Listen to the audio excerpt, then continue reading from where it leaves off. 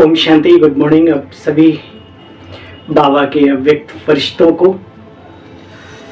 बीते हुए कल की मुरली हमारे जीवन के लिए बहुत ही इंपॉर्टेंट थी। आशा ही नहीं, पूरा विश्वास है आपने क्लास में सुनी होगी, वीडियो भी देखा होगा और जो बाबा की मुरली प्रिंट आउट आता है उसको भी आपने अपने पास संजो के अवश्य रखा होगा।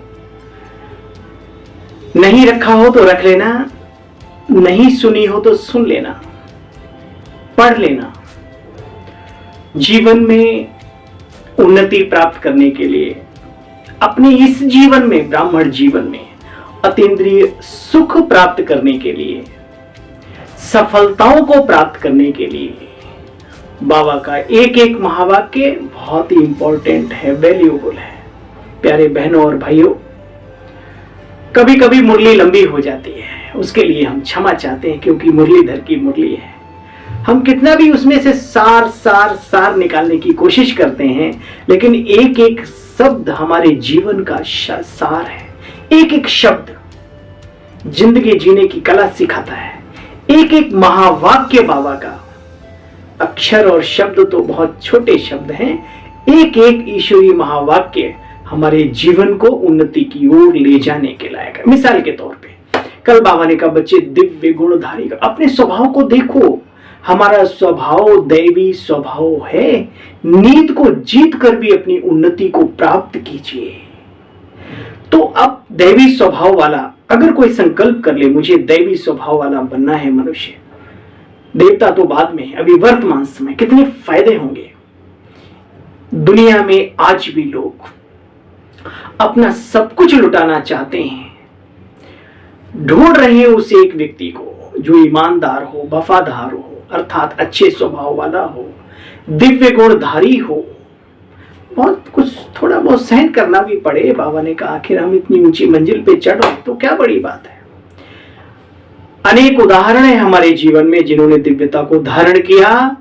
वो अपने ऑफिस में, अपने आश्रम में, अपने घर में, अपने संगठन में मुख्य रूप से आगे बढ़ गए, लोगों की नजरों में समा गए, हृदय में घर कर लिया। उन्होंने अपने जीवन को वैल्यूएबल बना लिया, लोगों की नजरों में वैल्यूएबल हो गए। तो क्यों ना हम बाबा की बातों को भविष्य के साथ साथ वर्तमान से भी जोड़कर देखें। ये बहुत बड़ी समझदारी होगी हम सभी की, और समझदार बच्चे ही ज्ञानी कहलाते हैं। चलिए, आज की बाबा की मुरली अव्यक्त मुरली है, और अव्यक्त मुरली तो आप जानते ही हैं। हमारे आदर्श मूर्त फाउंडर, आधार शिला, आधार स्तंभ, हमारे एक तरीके से क्या कहेंगे, वो दुनिया में कहते हैं कि थे, हमारे हैं, जिनको हम अनुभव कर रहे हैं वर्तमान समय, जिनको हमें फॉलो करना है। याद ब्रह्मा, याद शिव बाबा को करना है, फॉलो ब्रह्मा बाबा को करना है। तो वो ब्रह्मा बाबा, शिव बाबा, उनके जीवन की अनुभूतियों को लेकर के, गतिविधियों को लेकर के हम सभी आत्माओं को अव्यक्त बनाने की विधियां सिखाते हैं बाप दादा अव्यक्त वाणी के अंदर। 16/4/2023 के महावाक्य हैं और रिवाइज कोर्स की मुरली है ये।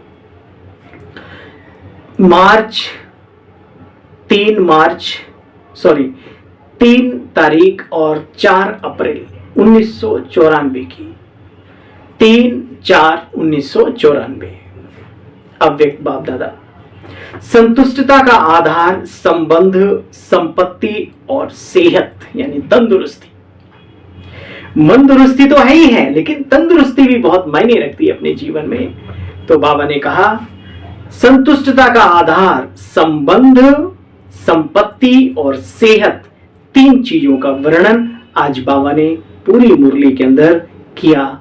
उसकी परिभाषा, उसका अर्थ हम बच्चों को समझाया, सूक्ष्म और स्थूल दोनों तरीकों से। आज क्या याद आया, बाबा हमारे सामने और हम सब बाबा के समक्ष बच्चे बैठे हैं।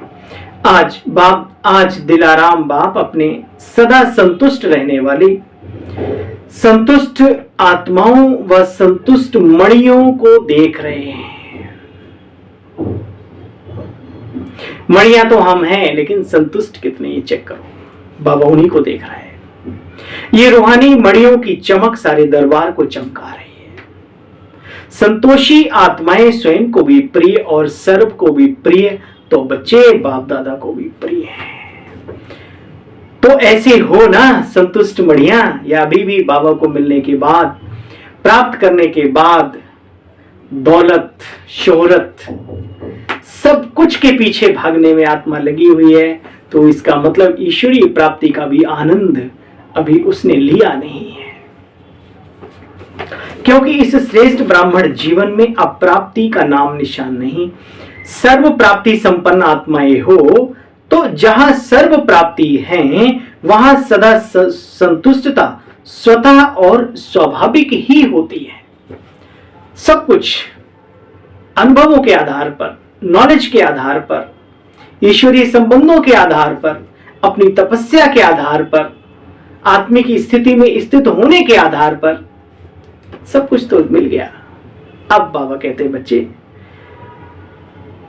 वहां तो जहां सर्व प्राप्ति है वहां सदा संतुष्टता स्वतः और स्वाभाविक है ही है। नेचुरल स्वभाव उसका संतोष का है, और संतुष्टता का स्वरूप व स्वभाव निजी संस्कार ऐसा है जो असंतुष्ट आत्मा को भी संतुष्टता का वाइब्रेशन वायुमंडल संतोष वायुमंडल में बदल देता है। इस संगम युग में विशेष बाप दादा की देन है बच्चे संतुष्टता। इसलिए नव देवियों में शिव शक्तियों में विशेष संतोषी माता का भी व्रत शुक्रवार को रखा जाता है, और गुड़ और चने का उनका भोग होता है। मुझे याद है बचपन में हमारी दादी जी रखा करती, आप सब भी भक्ति मार्ग में रखते होंगे, तो गुड़ और चना ही उनका प्रिय पदार्थ है। ये हमारी आपकी कहने का मतलब ऐसी संतोषी आत्माओं को अनेक प्रकार के व्यंजनों की लालसा नहीं रहती, अनेक प्रकार की उपलब्धियों की लालसा नहीं रहती। बाबा मिला तो मिल गया खजाना प्यार का, ये गीत गाता है उनका दिल।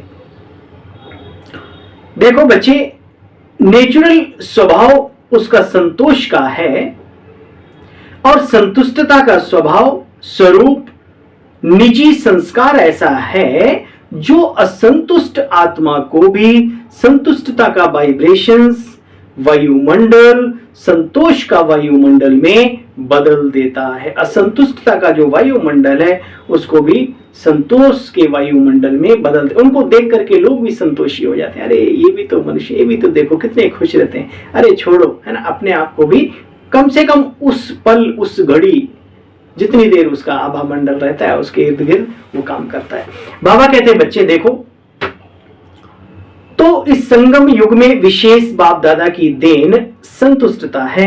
एक संतुष्टता की विशेषता और विशेषताओं को भी सहज समीप ले आती है। एक संतुष्टता की विशेषता अन्य विशेषताओं को भी सहज समीप ले आती है। कड़ी से कड़ी जुड़ी एक लंबी जंजीर बनी, है ना। तो कहने का मतलब जब एक गुण आपके अंदर बहुत अच्छी क्वालिटी से धारण करते हो तो बाकी क्वालिटी, बाकी जो दिव्य गुण है, डिवाइन वर्च्यूज हैं, वो सारे के सारे अपने आप डेवलप होने लगते हैं आपकी अपनी लाइफ के अंदर। बाबा कहते हैं देखो बच्चे, अन्य विशेषताओं को भी सहज समीप लाती है, लेकिन सदा संतुष्ट हो। परिस्थिति कितनी भी बदले, लेकिन संतुष्टता की स्थिति को परिस्थिति बदल नहीं सकती।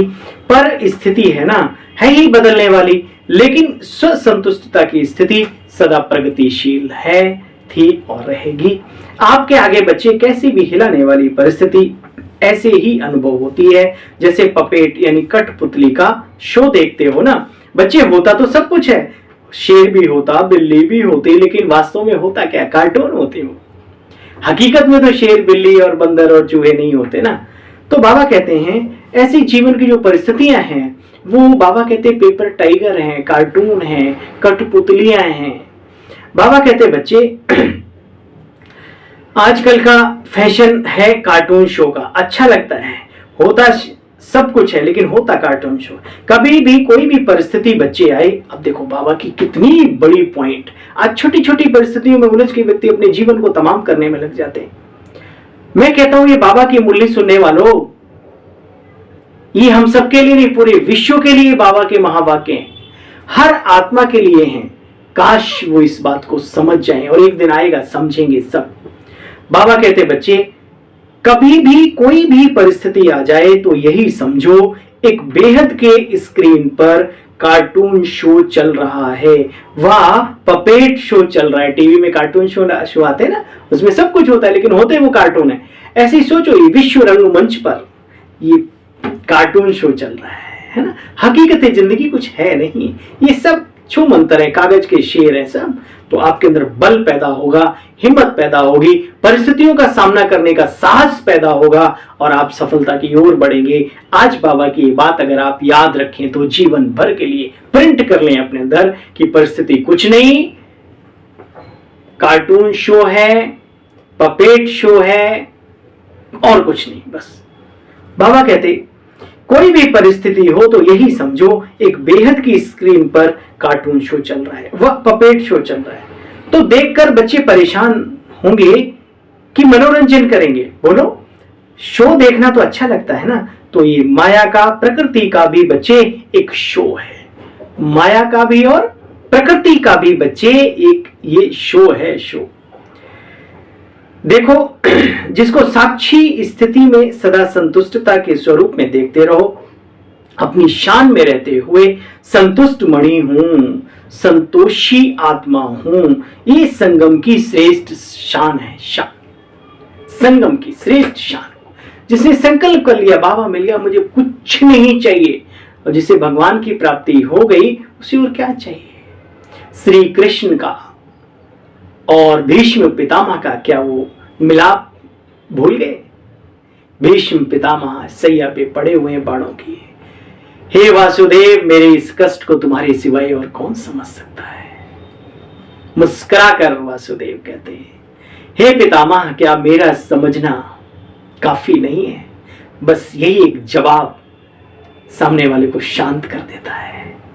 अपने आप से बात करो, हे आत्मन, जिसकी रक्षा भगवान करता हो, जिसके संकल्प वो स्वयं पूरे करता हो, जिसकी सुरक्षा कवच बहुत बड़ी बड़ी दादियां अव्यक्त हो गई, ब्रह्मा बाबा अव्यक्त होकर के साथ निभाते हैं, जिसके हम सफर सिर्फ अकेला शिव बाबा नहीं है, हमारा पूरा परिवार है, और जो अव्यक्त होकर के गए वो भी कम नहीं है। फिर बोलो, क्या डर आएगा, क्या भय आएगा, क्या चिंता आएगी, क्या अपनी चिंता सताएगी? बिल्कुल नहीं। बाबा कहते बच्चे देखो, जिसको अपनी शान में रहते हुए देखो, संतुष्ट मणि हूं, संतोषी आत्मा हूं, यह है संगम की श्रेष्ठ शान। भूल गए? दो बहनें ऑटो में बैठी, ऑटो वाले की नीयत खराब हो गई, उसने देखा एक बुजुर्ग भी बैठा हुआ है, कहता भाई 3 का किराया दो। कौन था वो?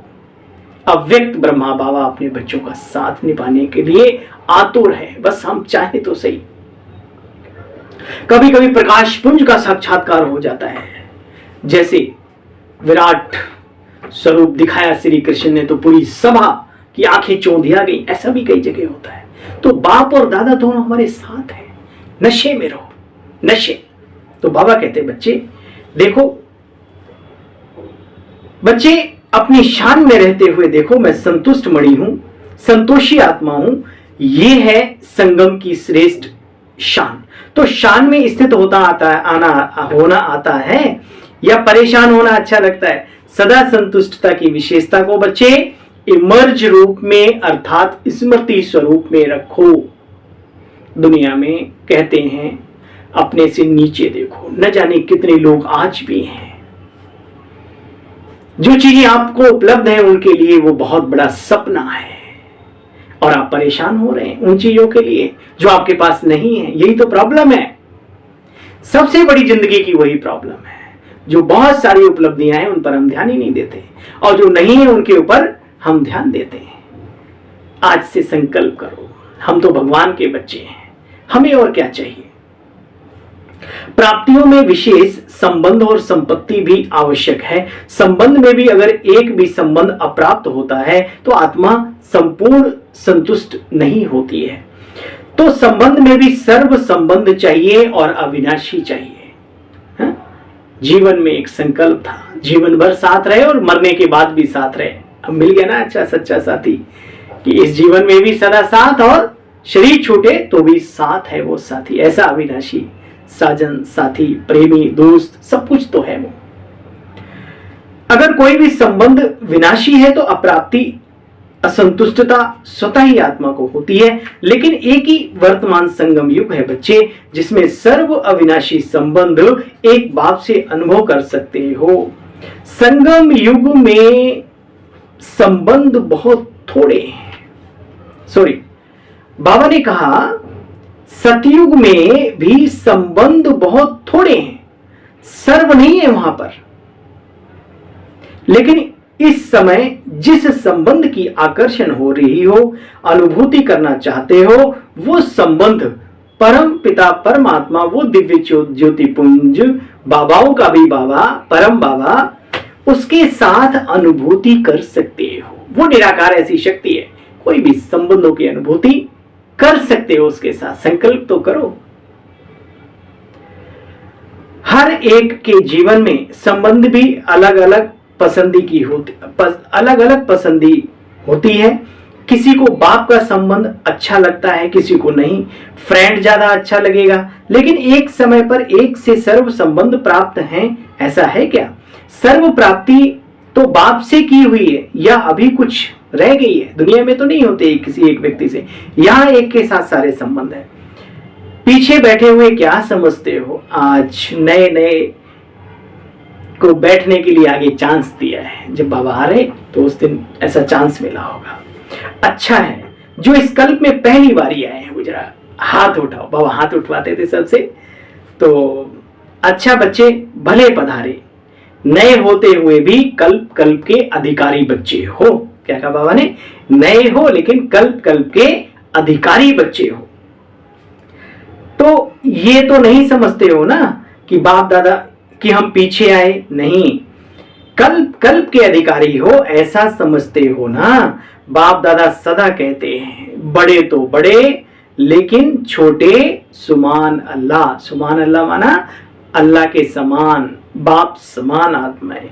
इसलिए सदा अपने रूहानी बेहद के संपूर्ण अधिकार के निश्चय और नशे में रहो। बेहद का नशा बच्चे, हद का नशा नहीं रखना। देखो कितने श्रेष्ठ अधिकारी हो जो स्वयं बाप अलमाइटी अथॉरिटी के ऊपर भी अधिकार, हक स्थापित कर लिया है। देखो परमात्म अधिकार सबसे बड़ा है और इससे बड़ा है ही क्या। जब बीज को अपना बना लिया तो वृक्ष तो उसमें समाया ही हुआ है। बीज अपनी मुट्ठी में है तो वृक्ष तो उस बीज में ही समाया। बाबा अपना तो बाबा का सारा संसार भी अपना ही है। चिंता की बात नहीं।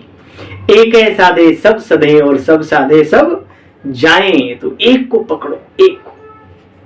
दुनिया नहीं जानती, सिर्फ श्लोक बोलती है, दोहा बोलती है। उन्हें नहीं मालूम वो एक है कौन, कैसे उसके साथ संबंध जोड़े, कैसे मुट्ठी में पकड़ के रखे हैं। हम जानते हैं तो पूरा फायदा उठाएं।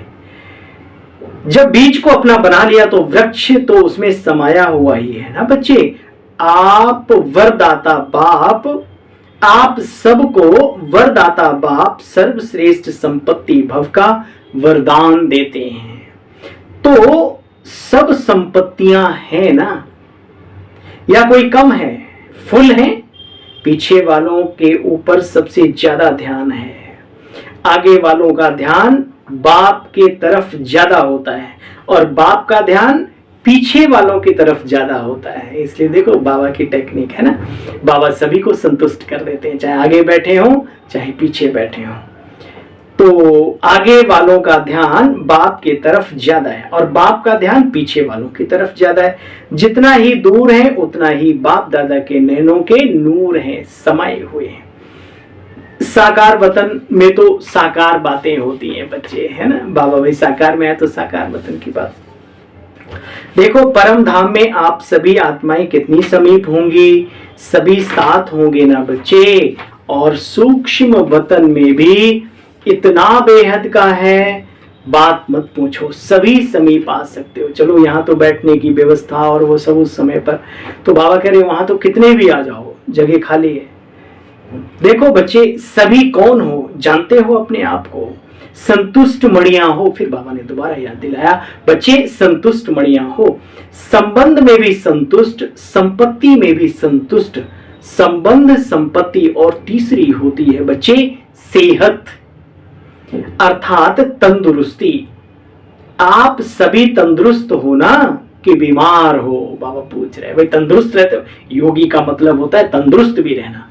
छोटी मोटी कुछ बीमारियां चले भी तो उनको भी ठीक करने की पूरी कोशिश करो दवाइयों के माध्यम से। बाबा कहते हैं ड्राई फ्रूट है। कई बड़े कट्टर होते हैं, कहते जी हम अंग्रेजी दवाई नहीं खाते। क्यों नहीं खाते? आप ब्रह्मा बाबा और मम्मा से ज्यादा वो हो गए हो। हम जी दूध नहीं पीते। क्यों नहीं पीते भाई? अरे उतना समय अपनी मानसिक अवस्था को स्ट्रांग और सॉफ्ट भी है बनाने की, जहां चाहो मोल्ड हो जाओ, इस टाइप का जीवन जीने की कला भी सीख लो तो कितनों का भला कर पाओगे। ये कट्टरता यहाँ पर भी कई लोग इतनी अपनाते हैं कि वो सूखे सन्यासी बन जाते हैं। अरे भाई बाबा ने ये सब नहीं सिखाया। बाबा ने बहुत सारे मिसाल कायम किए। डॉक्टर ने कहा भाई साहब को वो खाना है, भाई साहब कहते हैं हम नहीं मूली खाते, बाबा ने मना किया है। बाबा को कहा, बाबा ने कहा बच्चे को ही पूछो, तो कहा बच्चा मना कर रहा है। तो फिर बाबा से कहा बाबा बोलो, बाबा ने कहा बच्चे को बोलो बाप कह रहा है वो आपको मूली खानी है। ऐसी दवाई दुनिया में लोग कट्टरता अपनाते हैं, लेकिन यहाँ तो आपको सेवा करनी है, बहुतों का कल्याण करना है, बहुतों को आगे लेके जाना है, अपने को फिट रखना है। हाँ, बहुत ज्यादा भ्रष्ट थोड़ी होना है। औषधि के रूप में कोई चीज आप इस्तेमाल करते हो, ये दवाइयां फिर कैसे बनी, फिर ये हुआ, फिर वो हुआ, इतनी डिटेल में क्यों जाते हो? कभी हमारी दादियों ने कहा इन चीजों में जाओ? क्या दादियों जैसी अवस्था? क्या हमारी जानकी दादी जी, बड़ी दादी जी, मम्मा, बाबा क्या ये दवाइयां नहीं लेते थे? सॉरी, क्षमा करना, मुझे थोड़ा सा आ जाता है कि हम सब किस ओर जा रहे हैं। लोटा थाली अलग कर लिया अपना, कोई छू न ले, है ना? तो अब इन चीजों से ऊपर उठना है, अपनी अवस्था पर ध्यान देना है। कल बाबा ने कहा ना, आत्मिक दृष्टि का, आत्मिक वृत्ति का बात करो तो आत्मा आत्मा भाई भाई, सारे फायदे तो हैं उसमें। लेकिन बाबा ने कहा अपनी अवस्था को जमाने के साथ साथ तुम्हारी इंद्रियां भी हलचल नहीं करेंगी अगर इस मनोवृत्ति को धारण करेंगे। अब क्या कर रहे हैं? दूसरी चीजें तो अपना रहे हैं, लेकिन इस मनोवृत्ति को अपना नहीं रहे, है ना? कोई क्या क्या ठंडी ठंडी चीजें घोल घोल के पीने में लगे हुए हैं, कोई कुछ कर रहे हैं, कोई आदि आदि तरीके के हमें राजयोग मिलते हैं। वो सब ठीक है, करो, मना नहीं है, लेकिन ये ज्यादा करो क्योंकि इसकी श्रीमत बाबा ने दी है। बच्चे ऐसी स्मृति में, स्वरूप में टिको तो एकदम तुम्हारी इंद्रियां शांत, शीतल, प्योर, शुद्ध रूहानियत से संपन्न हो जाएंगी। आपके अंदर से रूहानियत की खुशबू निकलेगी। स्थूल रूप में थोड़ा सा समझदारी से चलो। बाबा कहते हैं बच्चे सभी कौन हैं? संतुष्ट मणिया है ना। संबंध में भी संतुष्ट, संपत्ति में भी संतुष्ट।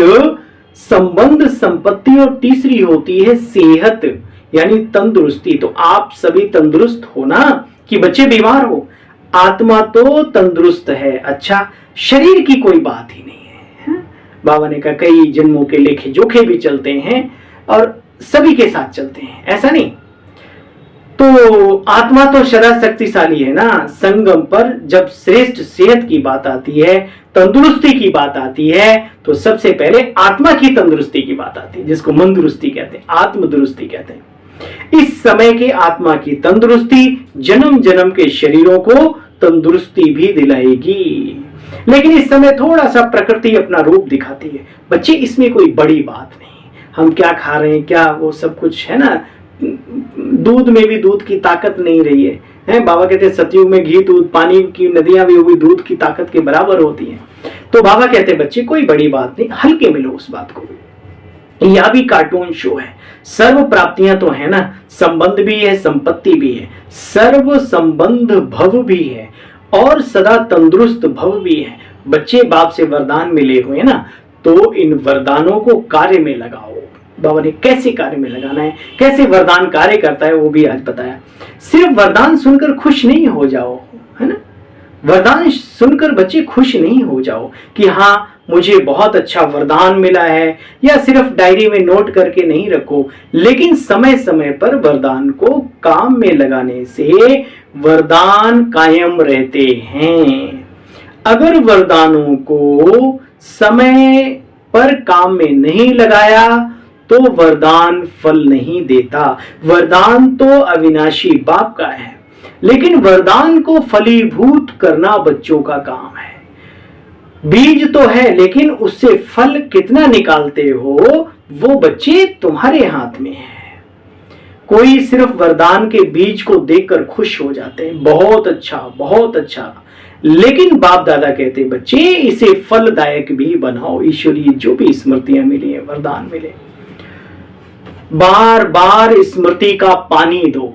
संकल्प मंत्र शक्ति क्या है, हमारे भाई साहब बहुत अच्छी तरीके से सुनाते हैं, भ्राता सूरज भाई साहब जी। तो और ये सत्य भी है, कई मैं ऐसे लोगों से मिला हूं जिन्हें मंत्र की सिद्धि प्राप्त है, तो हर वर्ष होली और दीपावली पे वो कई कई घंटे बैठकर उस मंत्र को सिद्ध करते हैं, फिर पूरे वर्ष उससे मतलब वो चार्ज करते हैं, फिर पूरे वर्ष उसको उपयोग में लाते हैं। तो क्या है वो, किसी भी संकल्प को बार बार रिवाइज करना, रिपीट करना। एक वैज्ञानिक शोध में अभी कल या आज के ही न्यूज़पेपर में बहुत ही सुंदर बात पढ़ी कि विज्ञान कहता है, मेडिकल साइंस कहती है कि जब आप लीड लगा करके कोई सॉन्ग बहुत गहराई से रिपीट कर लेते हो 2-3 बार, फिर क्या है चलते फिरते आप वही सॉन्ग गुनगुनाने लगते हो ऑटोमेटिकली। मैंने कहा वाह, वंडर है, कितनी अच्छी चीज है।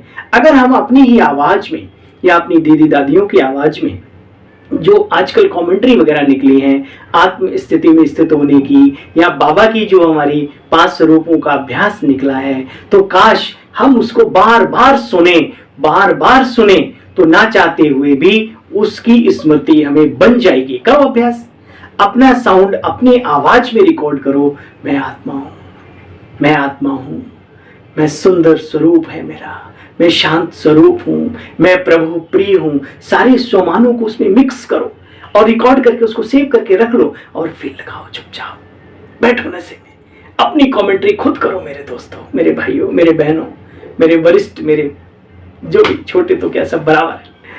तो हमें बड़ा मजा आता है, सिर्फ आपसे ही बात नहीं करते हम, हमें भी जीवन में इन चीजों की बहुत जरूरत पड़ी और बहुत अभ्यास भी बाबा ने कराया। शुक्रिया जो आज आपके सामने अच्छे से बोल पाता हूं। बाबा कहते बच्चे देखो, स्मृति का पानी दो, बार बार स्मृति का पानी दो, वरदान के स्वरूप में स्थित होने की धूप दो, बार बार स्थित होने की उसको धूप दो। देखो वरदान सदा फलीभूत होता रहेगा, भगवान वाच, और वरदानों को भी साथ में लाएगा।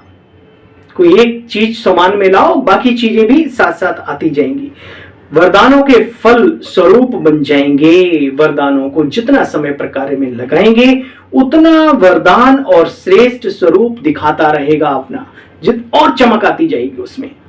तो सभी को वरदान मिलाना, वरदानी मूर्त आत्माओं को। अच्छा, दादियों से मुलाकात की बाबा ने, सूक्ष्म इशारों की भाषा तो जानते हो ना। हाँ भाई, कब तक स्थूल बातों में अटके रहेंगे, अभी सूक्ष्म इशारे समझो बाबा क्या कहता है। जैसे अव्यक्त बाप इशारों की ही भाषा जानते हैं, अव्यक्त वतन में तो नैनों की भाषा और इशारों की भाषा चलती है, तो आप भी जानते हो ना, नैनों की भाषा जानते हो। दुनिया में भी कई प्रकार की भाषाएं, लेकिन ये इशारा और नैनों की भाषा भी बड़ी यूनिक होती, बहुत ही गजब की होती, जो पहचान ले हैं। किताबें बहुत सी पढ़ी होगी तुमने, मगर कोई चेहरा कि तुमने पढ़ा है। ये बाबा सिखाता है ये टेक्निक, नैनो ही नैनो में इशारा हो गया, भाई मेरा दिल तुम्हारा हो, कैसी कैसी गीतों की लाइनें हैं। तो बाबा कहते हैं बाबा के सूक्ष्म इशारों को समझो। बाबा की दृष्टि जब हमें मिल रही है, वो बाबा उस दृष्टि के जरिए से हमें क्या कह रहा है। अपने आप में भी जो लोग शब्दों में से नहीं सुनते, आजकल बहुत शिकायत चल रही है कि लोग सुनते नहीं है, ऑफिस में, घरों में, सब जगह पर कोई सुनता नहीं है, कोई मानता नहीं है। तो मत सुनो। किसी ने बहुत सुंदर कहा, मैंने कहा भाई कोई सुनता नहीं, बोला तुम सुनाओ मत, तुम अपनी तो सुनो, वो सामने वाले की छोड़ो। कल की मुरली में बाबा ने कहा तेरा क्या जाता है, कोई करे नहीं करे, तेरा क्या जाता है, तू अपना कर। कितनी अच्छी बात लगी, दिल को चुभ गई एकदम से, एकदम कोई करे ना करे। ऐसे ही अगर सुनाना ही चाहते हो तो सूक्ष्म मौन में रह करके वाइब्रेशंस की भाषा, इशारों की भाषा, नैनों की भाषा, अब शुरुआत है, अब समय है इन चीजों को अपनाने का। शब्दों को कोई सुनता नहीं, याद रहे। आप कहेंगे आप तो बहुत बोलते हो भाई, ये हमारी एक सेवा है, इसके बाद फिर हमारी इशारों की भाषा ही चलती है। 10 शब्दों को शॉर्ट में एक में ही पूरा करने की कोशिश रहती है। तो बाबा कहते हैं बच्चे देखो, सूक्ष्म इशारों की भाषा तो जानते हो ना, जैसे अव्यक्त बाप इशारों की भाषा जानते, अव्यक्त वतन में तो नैनों की भाषा और इशारों की भाषा ही है। तो आप भी जानते हो ना, नैनों की भाषा जानते हो? बाबा पूछ रहा है सामने बैठी सभी दादियों से।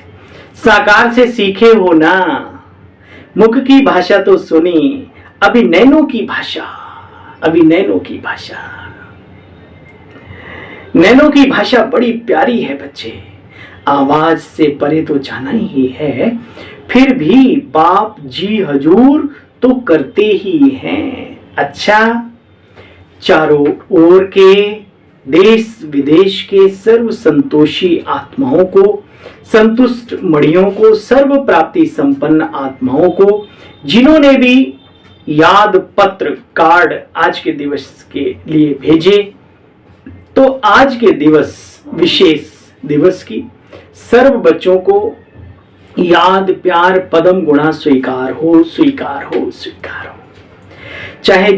चाहे दूर बैठकर मन में दिल में मंगल मिलन मना रहे हैं, चाहे सन्मुख बैठे मिलन मना रहे हैं, कार्ड व पत्र सब पहले वतन में बच्चे पहुंच जाते हैं, तो सभी के पत्र कार्ड और शुभ संकल्पों की याद, शुभ भावनाओं की याद के रिटर्न में बाप दादा का विशेष याद प्यार और सर्व बालक सो मालिक बच्चों को नमस्ते। सुना, भगवान अपने बच्चों से बातचीत कर रहे हैं, रिटर्न दे रहे हैं। दूर दूर बैठे बाबा ने कहा जब पत्र लिखने का संकल्प आता है वो बाबा के पास वतन में पहुंच जाता है। ऐसा है हमारा बाबा। अच्छा, आज वरदानी बाबा का वरदान हम सब वरदानी मूर्त बच्चों के लिए, अटूट याद द्वारा निरंतर, जिसको बाबा कहते हैं अजपा जाप जिसको कहा जाता है, अटूट याद द्वारा, न टूटने वाली याद, अटूट याद द्वारा सर्व समस्याओं का हल करने वाले उड़ता पंछी भव।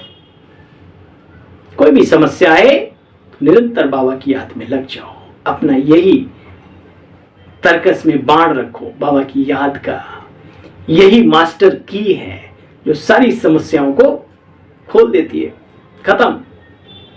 जब अनुभव हो जाता है कि बाबा मेरा है, आप सब हम सबको तो हुआ है ना, तभी तो अरे बाबा आप हमारे हो, किसके हो सकते हो, हमारे पहले हो, होंगे आप दुनिया के लेकिन हमारे ज्यादा हो, बस ऐसा अनुभव होना चाहिए। जब यह अनुभव हो जाता है कि बाबा मेरा है, तो जो मेरा होता है बच्चे वह याद नहीं करना पड़ता, स्वतः ही याद आता है, याद किया नहीं जाता। मेरा अर्थात अधिकार प्राप्त हो जाना, मेरा अर्थात जिसके ऊपर अधिकार प्राप्त हो जाए, अधिकार प्राप्त हो जाना। मेरा बाबा मैं बाबा का, वाह। इसी को कहा जाता है सहज योग, योग की परिभाषा इसी को कहा जाता है सहज योग। मैं बाबा का, बाबा मेरा। ऐसे सहज योगी बन एक बाप की याद के लगन में मगन होते हुए आगे बढ़ते चलो और सभी को बढ़ाते भी चलो। यह अटूट याद ही सर्व समस्याओं का हल कर उड़ता पंछी बनाए उड़ती कला में ले जाएगी। चलना चाहते हैं सभी, उड़ता पंछी बनना चाहते हैं तो आज के वरदान को अपने ब्रेन में, अपने दिमाग में, अपनी बुद्धि में, अपने दिल में, आत्मा में प्रिंट कर लो। हे आत्मा राम, अटूट याद ही सर्व समस्याओं का हल कर उड़ता पंछी बनाए उड़ती कला में ले जाएगी। स्लोगन, मनन शक्ति के अनुभवी बनो, खाली मन को मत रखो। और मनन कैसे होता है? आप जानते हैं, जब आप कोई चीज देखते हैं, कोई चीज पढ़ते हैं, कोई चीज सुनते हैं, तो मनन चिंतन चलता है। ऐसे ही अचानक नहीं चल पड़ता कोई भी चीज, याद रहे। मनन शक्ति के अनुभवी बनो तो ज्ञान धन बढ़ता रहेगा और अपना भी दूसरों का कल्याण होता रहेगा। अच्छा भाई, आज मास का तीसरा रविवार है। सभी राजयोगी तपस्वी बहने भाई, बच्चे बुजुर्ग, युवा किशोर, सब आत्माओं को आज मास का तीसरा रविवार है। सभी राजयोगी तपस्वी भाई बहने सायं 6:30 से 7:30 बजे तक विशेष योग का अभ्यास अपने अशरीरी फरिश्ते आकारी स्वरूप में स्थित हो विश्व परिक्रमा करते हुए प्रकृति सहित सर्व आत्माओं को लाइट माइट देने की सेवा करें। अच्छा, ओम शांति, गुड मॉर्निंग, ओम शांति। अभी आप सभी को अपने इस छोटे से सेवा साथी भाई की ओर से उड़ते चलो, उड़ाते चलो, अव्यक्त बनो और बनाते चलो। ओम शांति, ओम शांति।